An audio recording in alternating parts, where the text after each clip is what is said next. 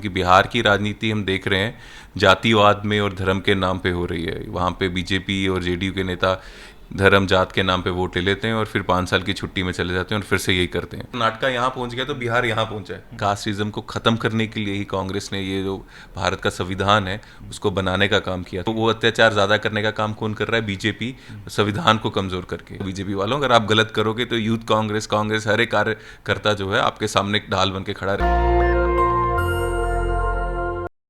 हमारे साथ हैं आईवाईसी के अध्यक्ष उदय भानुचिब। और जिस प्रकार से कल पटना में प्रदर्शन हुआ, नीतीश जी के आवास पे उनको घेरा गया, 16 मार्च से बिहार में पलायन रोको नौकरी दो की यात्रा जो है कांग्रेस कर रही है। और इस बार बिहार में कांग्रेस कुछ अलग करती नज़र आ रही है। लगातार 26 दिनों से यात्रा चल रही थी और पलायन को एक बहुत बड़ा मुद्दा कांग्रेस बना चुकी है। हमारे साथ बातचीत करने के लिए उदय भानु जी हैं। सर, सबसे पहले तो आपका स्वागत है चैनल में। धन्यवाद जी।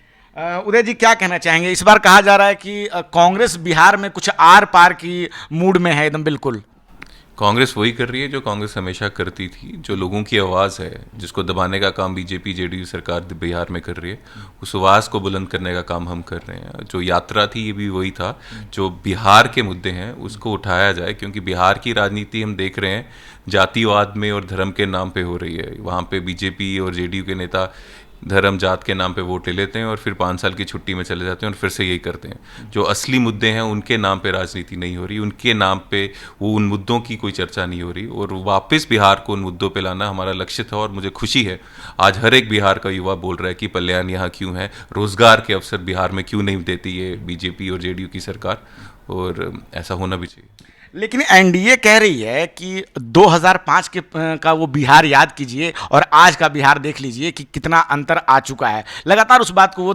दिखाती है कि 2005 और अब 2025, और फिर से वो जंगल राज वाली बात कहती है जिसमें आप लोग महागठबंधन में आते हैं। देखिए, तरक्की तो हुई है। 2005 से 20 तक तो तरक्की हुई होगी, रोड्स बने होंगे, काफ़ी चीज़ें होंगी, बिजली पहुंची होगी।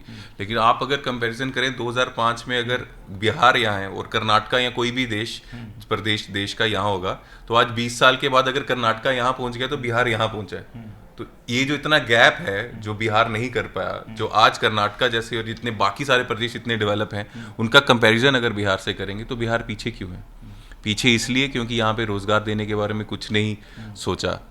ये भी कंपैरिजन इसलिए भी है, तरक्की कम है, क्योंकि वहाँ के लोगों के साथ जो उनकी ज़रूरतें थी उनको पूरा करने की कोशिश नहीं की, उनकी समस्याओं को हल करने की कोशिश नहीं की। वहाँ जितनी पेपर मिल्स थी, शुगर मिल्स थी, सारी बंद पड़ी हैं, उनको खोलने का फिर से काम नहीं किया।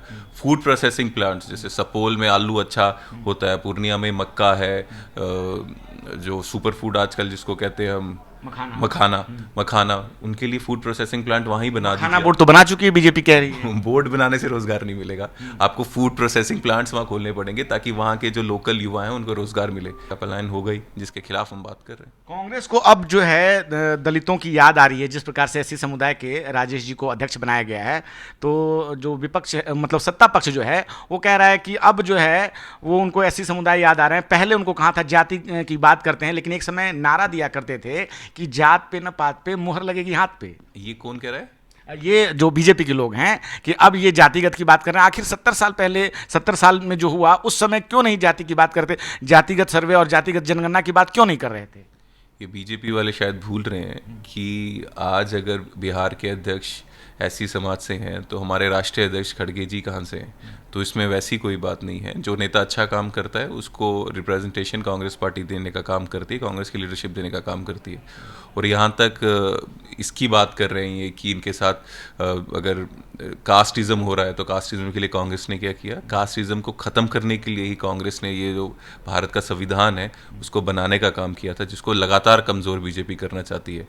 कॉन्स्टिट्यूशन कमज़ोर होगा मतलब जो पीड़ित लोग हैं उन पर अत्याचार ज़्यादा होंगे, और उसके वो अत्याचार ज़्यादा करने का काम कौन कर रहा है? बीजेपी, संविधान को कमज़ोर करके। कांग्रेस ने संविधान को बचाने का काम हमेशा किया। इसका मतलब सिर्फ एससी नहीं, ओबीसी, जितने भी जो हैं वर्ग हैं जिनको समान मौका नहीं मिला पहले, उनको समान मौका मिले, उनको वैसी रिप्रेजेंटेशन मिले।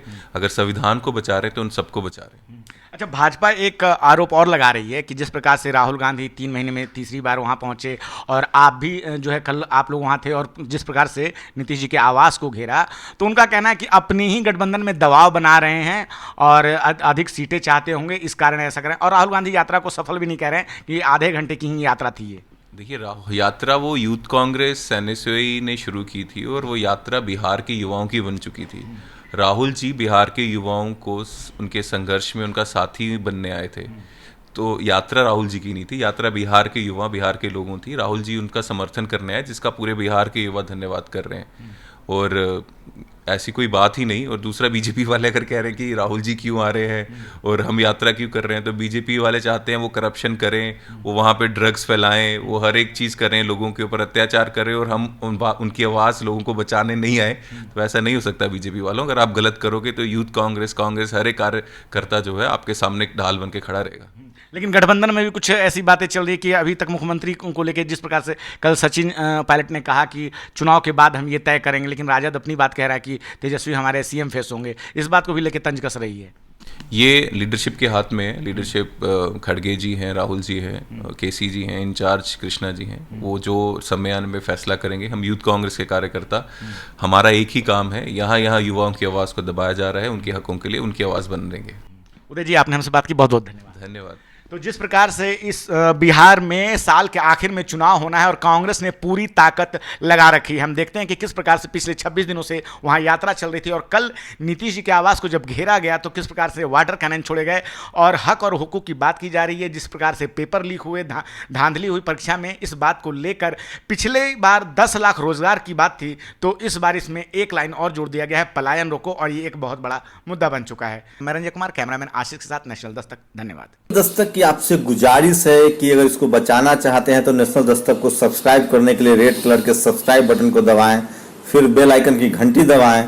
नेशनल दस्तक को बचाने के लिए बहुत जरूरी है कि हर खबर को शेयर करें, लाइक करें, कमेंट जरूर करें।